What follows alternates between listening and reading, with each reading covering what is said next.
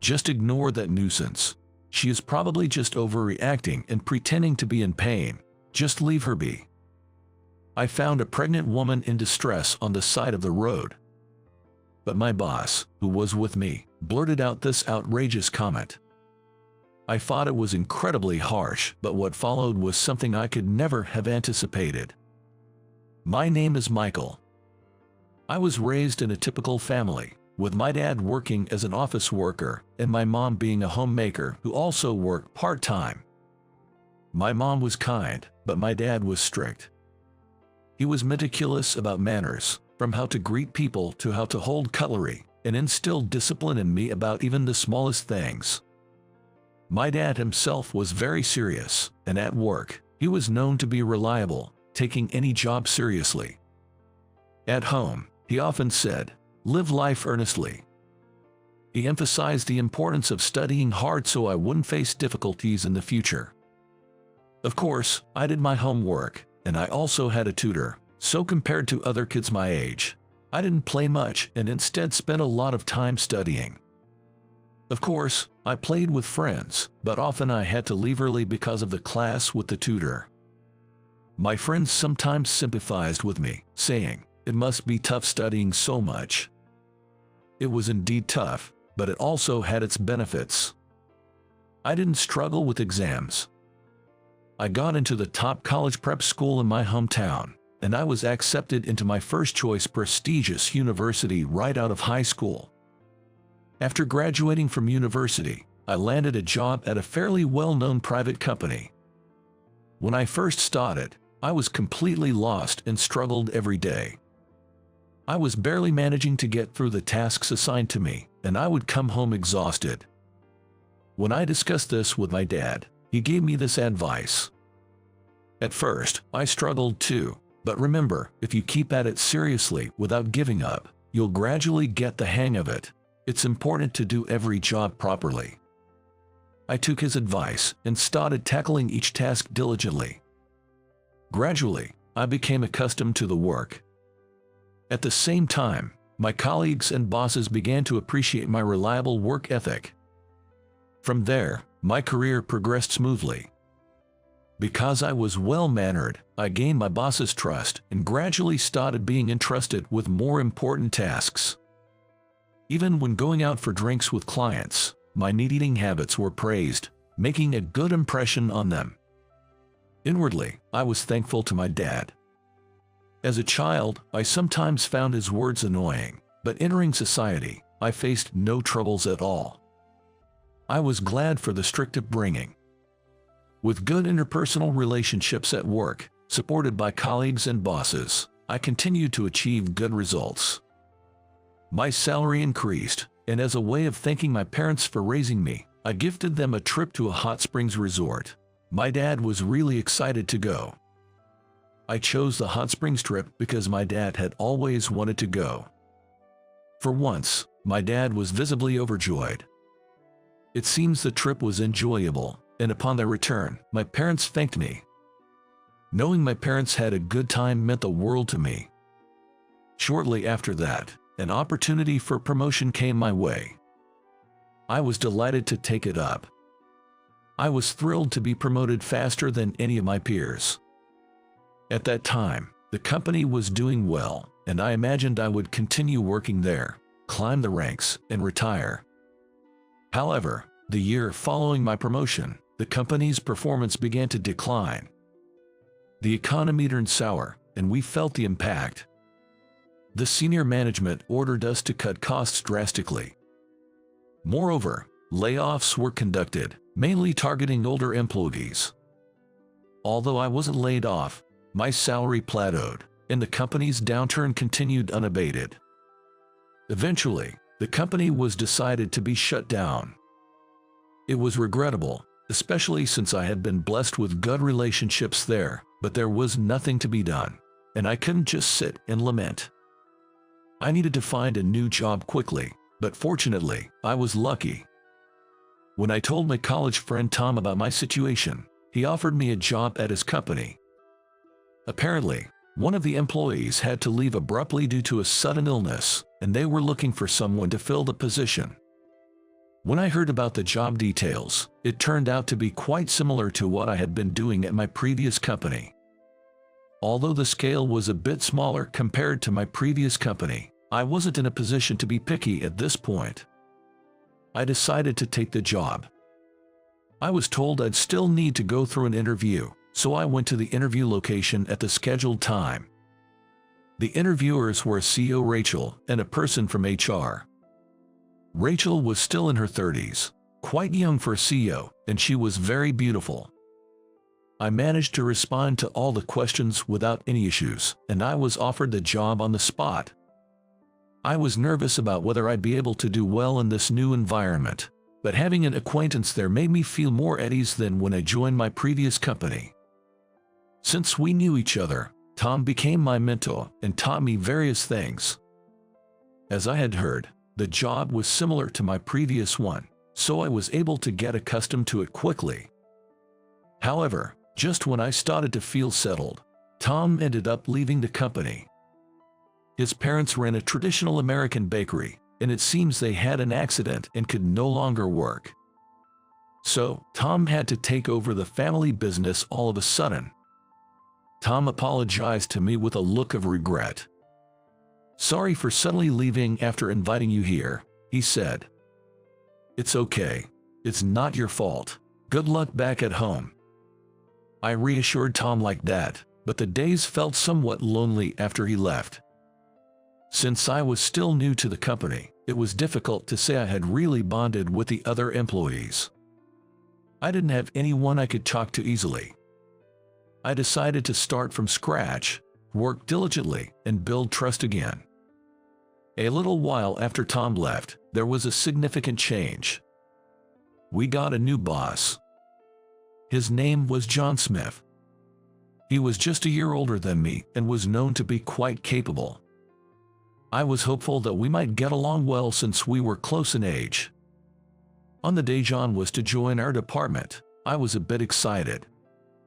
When I arrived at work, I saw an unfamiliar man sitting at a desk, playing with his phone. A nameplate on the desk read Smith. I went up to greet him immediately. "Good morning. I'm Michael, and I'll be working with you from today. Nice to meet you."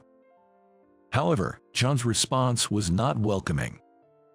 He looked at me with an annoyed expression and said, "I'm in the middle of a game. Don't talk to me," and went back to his phone. My excitement quickly deflated. I thought his attitude was inappropriate, but since he was my boss and it was our first meeting, I didn't want to start any trouble. I apologized and hurried to my seat. When it was time for his formal introduction to the team, he said, "Nice to meet you all," but he seemed to lack enthusiasm. And so, my days of working with John began. However, it was clear that he looked down on his subordinates.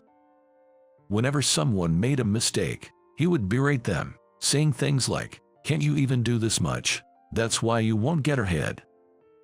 And for some reason, he seemed to particularly dislike me. I wondered if interrupting his game had bothered him that much, but it seemed to be more than that. He took issue with my earnest nature. "You said in your interview that being serious about your work is important, right? I hate people like that the most," he told me. I was taken aback when he said this.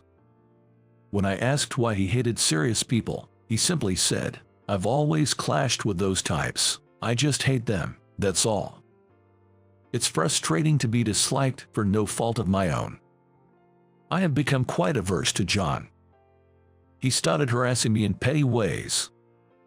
For example, he would assign me a large data organization task that normally would be done by several people, and he demanded it be done by tomorrow. It was impossible for one person alone. "I can finish this by myself, even if I work all night. Can I get some help from someone else?" I asked. When I said this, he sneered, "Oh, Mr. Serious can't do it. Relying on others now, are you?" I was furious, but I asked some available colleagues for help, and we managed to finish it by the next day as requested. John looked displeased. "You didn't have to finish it so quickly. Actually, I wanted you to prioritize other tasks first. You're useless," he said. I was truly irritated by these words. The data organization task was probably just a way to harass me. John's harassment didn't stop there. He would always criticize me during meetings and intentionally spill coffee on my documents and reports. I wished he would stop such childish behavior, but John showed no signs of changing his attitude. Amidst this, a bowling event was organized within our department on a day off. It was an annual tradition.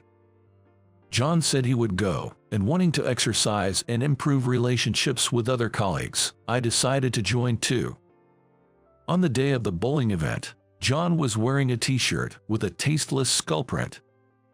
Furthermore, he was adorned with a plethora of jangling necklaces. Frankly, it was flashy and tacky. Thinking he was stylish, John began to talk about his fashion sense unasked. Though no one said it out loud, everyone must have found it annoying. When the bowling started, I struck a strike right from the start. Everyone praised me, but John seemed unamused. "It's just luck. Even your form is bad," he said, dampening the mood. He probably didn't like the attention I was getting. "Watch this. I'll show you how to throw a curveball," he said arrogantly. John threw the ball with a peculiar form, but it ended up in the gutter. We all awkwardly said it was just a fluke, but the atmosphere turned uncomfortable. I continued to score high, but John's performance didn't improve. Eventually, John reached his breaking point. "I'm done with this," he yelled and stormed off somewhere. Getting so upset over a casual game of bowling was truly childish. The mood was heavy, but once we resumed bowling without him, it became enjoyable again. With the source of the tension gone, everyone had a great time. Time passed while we were having fun, and the bowling tournament was over. I won and received a prize. I was able to get closer to other employees and felt glad that I took part. When it was time to leave, I remembered John. I found him with a group of young women. I told him I was leaving, but he said, "I'm teaching these girls how to bowl, so you, the amateur, go ahead and leave." The women gave awkward smiles. They must have been annoyed inside. John's womanizing in the brief moment I looked away was astonishing. My colleagues and I were utterly dumbfounded. I had to forcefully pull John away from the women and leave the bowling alley. The women thanked me with grateful looks. This incident seemed to have greatly upset John. The relationship between John and me worsened even more. To make matters worse, an opportunity came up for John and me to work together. It was a job presenting to an important client, and as John was the team leader, he had to attend, and it just so happened that I was the only one available. John dumped the task of preparing the presentation materials on me and spent his time playing games on his phone. Realizing it was futile to say anything to him, I reluctantly began working on the materials. Since it was for an important presentation, I couldn't skimp on the effort. I meticulously crafted every part of it. I think the hard work paid off, resulting in a fine finish. Then, the day of the presentation arrived. We headed to the client's office by car. Naturally, I was the one driving. As soon as John sat in the passenger seat, he started playing games on his phone. Suppressing the urge to sigh, I started the car. Soon after we set off, it began to pour heavily. My mood grew even heavier. It must have been about 20 minutes since I started driving. When I casually looked down at the sidewalk, I saw a person crouched down without an umbrella. I quickly stopped the car on the side of the road and got out of the car.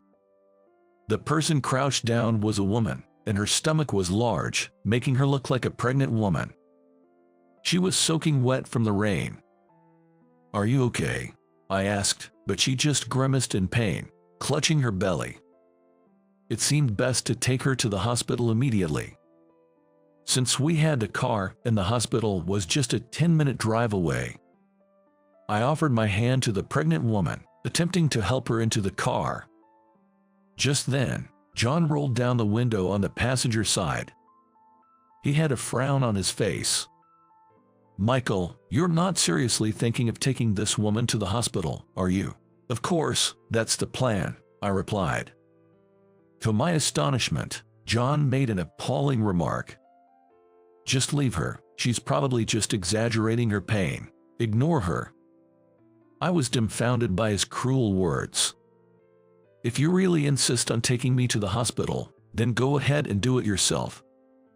Saying this, John quickly got into the driver's seat and, ignoring my attempts to stop him, drove off. Seeing someone in distress and being abandoned like that was shocking, but this wasn't the time to blame John. The pregnant woman clearly couldn't walk to the hospital, so I took out my phone and called an ambulance. Fortunately, the ambulance arrived quickly. I ended up accompanying her. Even after receiving the necessary treatment at the hospital, the pregnant woman still looked in pain as she lay in the bed, but I was told her life wasn't in danger. I finally felt a bit relieved, but then I remembered I was in the middle of work. "If you need to get in touch with me in the future, please contact me here." Saying that, I handed my business card to the doctor and left the hospital. By the time I hurried to the client, John had already finished the presentation, claiming he had prepared all the documents himself. Seeing me, John smirked proudly. "I managed all by myself. You really weren't needed." On the drive back, John kept annoyingly repeating, "You are fired, fired." Despite feeling terrible, I took comfort in knowing the pregnant woman was safe. The next morning, I arrived at the office to find Rachel at the morning assembly, which was unusual. Wondering why she was there, Rachel, filled with anger, declared, "This company is over." As the employees murmured, she glared at John. "John, was it you who hurled abuse at a pregnant woman yesterday?" No, that must be some mistake." John tried to feign ignorance. Rachel silenced him with a stern enough. "Pretending won't help. Michael gave his business card to hospital staff, so there's no doubt it was our employee. Besides, the pregnant woman said the abusive man was in the car. The only ones who used a car during work hours yesterday were you and Michael." John was frozen in shock. Rachel continued speaking. "The pregnant lady, Lisa Brown, is the daughter of Mike Brown, a wealthy investor who put $1 million into our company when we were on the brink of bankruptcy." Lisa spoke to Mike about John, which greatly angered him. He called in a frenzy, demanding immediate transfer of management rights and the termination of all employees. John has caused a serious predicament. Rachel says we must apologize to the Brown family. Since I was present at the scene, I had to accompany them. Mike was waiting for us at the entrance. He was a man of great presence. Furious, he berated John, saying he couldn't trust a company with such employees. Mike's anger seemed unending. "I thought our company might indeed be done," as Rachel said. Then, two women appeared. One of them was Lisa. Upon seeing me, Lisa greeted, "Thank you so much. I was out for a walk when it suddenly started raining, and I began to feel pain. You are my lifesaver." The other woman smiled warmly at me. "I'm Emily, Lisa's sister. Thank you for helping us at the bowling alley." I was taken aback. She was one of the women involved with John. Emily glanced briefly at John. "You helped us by pulling this man away. He barged into our group and was insistently inviting us out for drinks and dinner." "That's good to hear. It seems I did the right thing by taking John away that time. I never imagined such a reunion." Lisa turned to Mike. "Dad, I'm not angry anymore. It's okay. With wonderful people like Michael around, this company will grow even more. Let's calm down for a moment." Emily also tried to soothe Mike. "Most employees must be sincere like Michael. It would be a waste to sever ties over one odd individual." Gradually, the anger faded from Mike's face. After a moment of silence, Mike looked at Rachel. I was furious because my daughter was treated poorly. I've reflected on my overreaction. Please continue to manage the company as before. Yes, thank you very much. Rachel smiled relievedly. Mike then smiled at me. Michael, thank you again for saving my daughters. I truly appreciate it. No, I didn't do anything special. I just did what anyone would do. I'm not a hero of justice. I was relieved Mike reconsidered. Our company could keep growing. However, it was decided that John should be disciplined, so he was transferred to a regional branch. John, to everyone's astonishment, apparently continued to look down on people at his new post without showing any remorse. This led to a strike among the employees, causing a major issue. In the end, John decides to quit his job and seems to be on the streets. Moreover, he seems to be suffering from debt due to paying too much for phone games. It's a clear case of reaping what you sow. My diligent work attitude was recognized, and I was promoted in place of John. I've successfully led a major project, and everything is going smoothly. My parents are delighted with my success. Living earnestly, as my father advised, has truly opened up my life. I believe my father taught me something very important. I intend to continue living honestly, following my father's teachings.